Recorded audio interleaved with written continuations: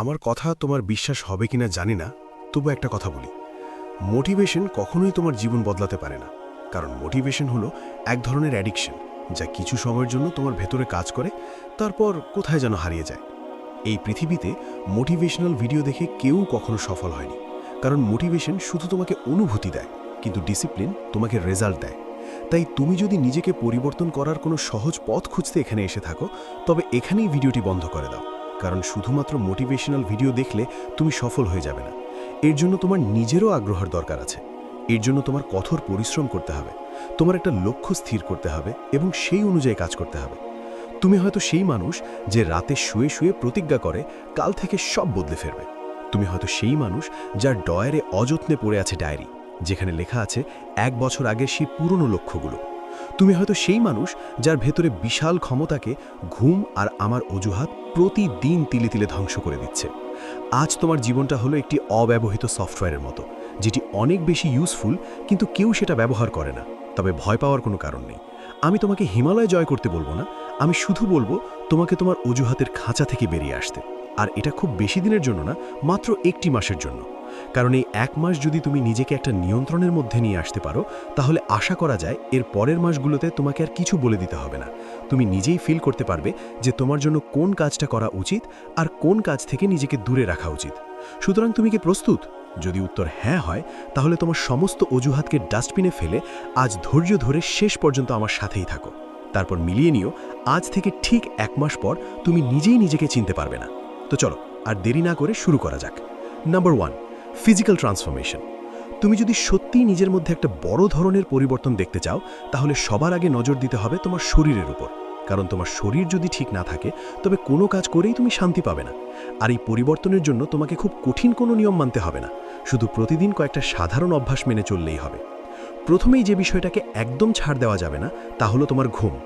ইদানিং আমাদের একটা বাজে অভ্যাস হয়ে গেছে রাত জেগে ফোন স্ক্রল করা। এটা বন্ধ করে প্রতিদিন অন্তত 7 থেকে 8 ঘন্টা শান্তির একটা ঘুম নিশ্চিত করো। চেষ্টা করো প্রতিদিন নির্দিষ্ট সময়ে ঘুমানোর আর নির্দিষ্ট সময়ে ঘুম থেকে ওঠার। কারণ যদি তোমার ঘুমটা ঠিকঠাক মতো না হয়, তাহলে দেখবে পরের দিন সকালে মেজাজ খিটখিটে লাগছে আর কাজে মন বসছে না।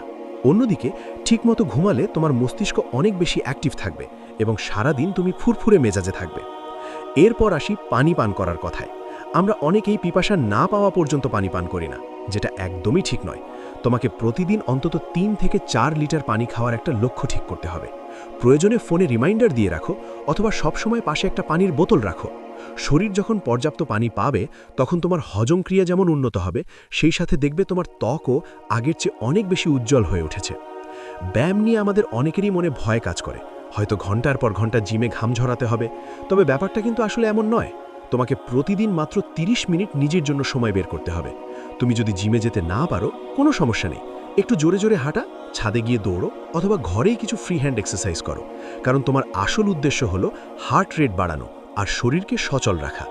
এই সামান্য পরিশ্রমটুকু করলে দেখবে তোমার অলসতা একদম কেটে গেছে। সব শেষে যে কাজটা সবচেয়ে চ্যালেঞ্জিং কিন্তু সবচেয়ে জরুরি, তা হলো খাবার দাবারের নিয়ন্ত্রণ। এই আগামী 30 দিন চিনি আর বাইরের ভাজা পড়া বা অতিরিক্ত তেল চর্বিওয়ালা খাবারগুলো পুরোপুরি বন্ধ করে দাও। আমি জানি বাইরের খাবার দেখলে আমাদের লোভ সামলানো কঠিন হয়ে পড়ে, কিন্তু যেভাবেই হোক এই 1টা মাস নিজেকে কন্ট্রোলে রাখার চেষ্টা করো। Number 2, mental clarity. তুমি যদি ভেতর থেকে শান্ত আর ফোকাস থাকতে চাও, তবে এই 30 দিন মানসিক স্বাস্থ্যের উপর একটু আলাদাভাবে কাজ করতে হবে। খুব সহজ 3টা অভ্যাস দিয়ে তুমি তোমার জীবন বদলাতে পারো। প্রথমেই শুরু করো মেডিটেশন বা ধ্যান দিয়ে। প্রতিদিন সকালে ঘুম থেকে উঠে মাত্র 10 মিনিট একদম শান্ত হয়ে কোথাও বসো। চোখ বন্ধ করে শুধু নিজের শ্বাস প্রশ্বাসের উপরে মনোযোগ দাও। আমাদের মাথায় সারাক্ষণ হাজারটা চিন্তা ঘুরপাক খায়। এই 10 মিনিটের নীরবতা সেই চিন্তার জটগুলো খুলে দেবে।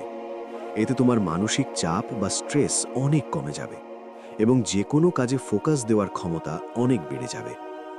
এরপর যেটা সবচেয়ে জরুরি, তা হলো ডিজিটাল ডিটক্স। আমরা এখন ফোনের স্ক্রিনে বন্দী হয়ে গেছি।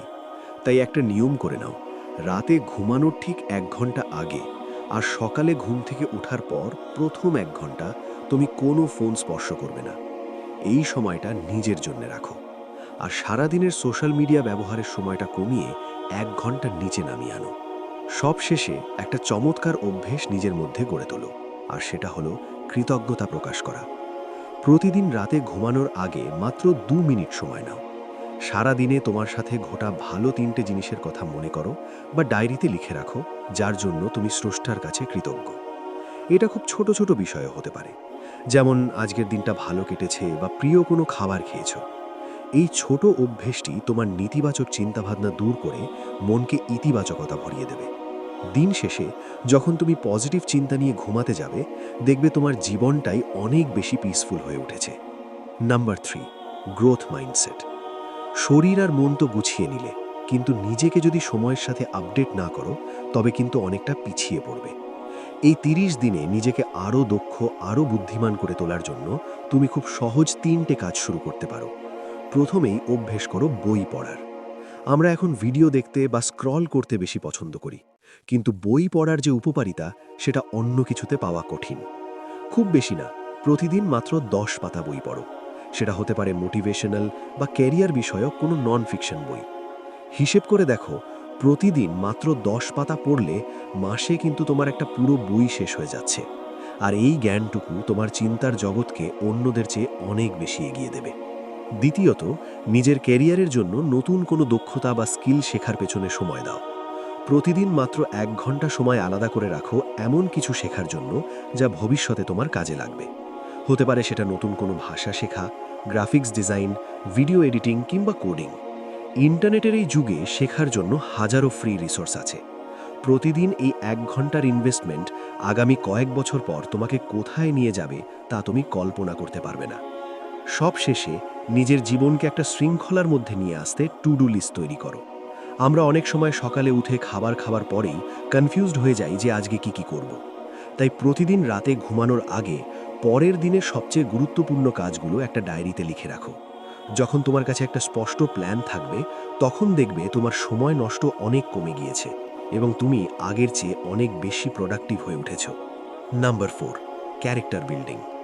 দেখো, সব পরিবর্তনের শেষে সবচেয়ে বড় যে জিনিসটা তোমাকে অন্যের চেয়ে আলাদা করে, তা হলো তোমার চরিত্র আর ব্যক্তিত্ব। নিজেকে ভিতর থেকে শক্তিশালী মানুষ হিসেবে গড়ে তুলতে এই 30 দিন তোমাকে খুব জরুরি 2টি বিষয়ের উপরে নিয়ন্ত্রণ আনতে হবে। প্রথমত, তোমাকে না বলা শিখতে হবে। আমরা অনেক সময় শুধু লোকলজ্জার ভয়ে বা কাউকে খুশি করতে গিয়ে এমন অনেক আড্ডা বা কাজে সময় দিই, যা আসলে আমাদের কোনো উপকার আসে না, উল্টো আমাদের মূল্যবান সময় নষ্ট করে। মনে রেখো, তোমার সময়ের দাম সবচেয়ে বেশি। তাই যেসব কাজ বা আড্ডা তোমার লক্ষ্য থেকে তোমাকে দূরে সরিয়ে দিচ্ছে, সেগুলোকে না বলে দাও। হয়তো শরীর একটু খারাপ লাগতে পারে, কিন্তু নিজের উন্নতির জন্য এটুকু তোমাকে করতেই হবে। দ্বিতীয়ত, তোমাকে শপথ করতে হবে গীবত বা পরনিন্দা থেকে নিজেকে পুরোপুরি দূরে রাখবে। এই 1 মাস কারো নামে আড়ালে কোনো খারাপ কথা বলবে না। এমনকি কেউ যদি অন্যের বদনাম করতে আসে, সেটাও শুনবে না। অন্যের জীবন নিয়ে মাথা ঘামানোর মানে হলো নিজের নেতিবাচকতা বাড়ানো।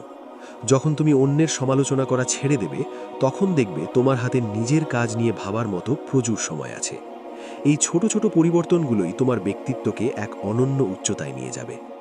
বন্ধুরা, এই ছিল আমাদের 30 দিনের চ্যালেঞ্জ, যেগুলো ফলো করার মাধ্যমে তুমি নিজের হেলথ থেকে শুরু করে কেরিয়ার, এমনকি ক্যারেক্টারও ডেভেলপ করতে পারবে। তো কারা কারা এই চ্যালেঞ্জকে গ্রহণ করলে অবশ্যই কমেন্টে জানিয়ে যেও। তো দেখা হচ্ছে পরবর্তী ভিডিওতে।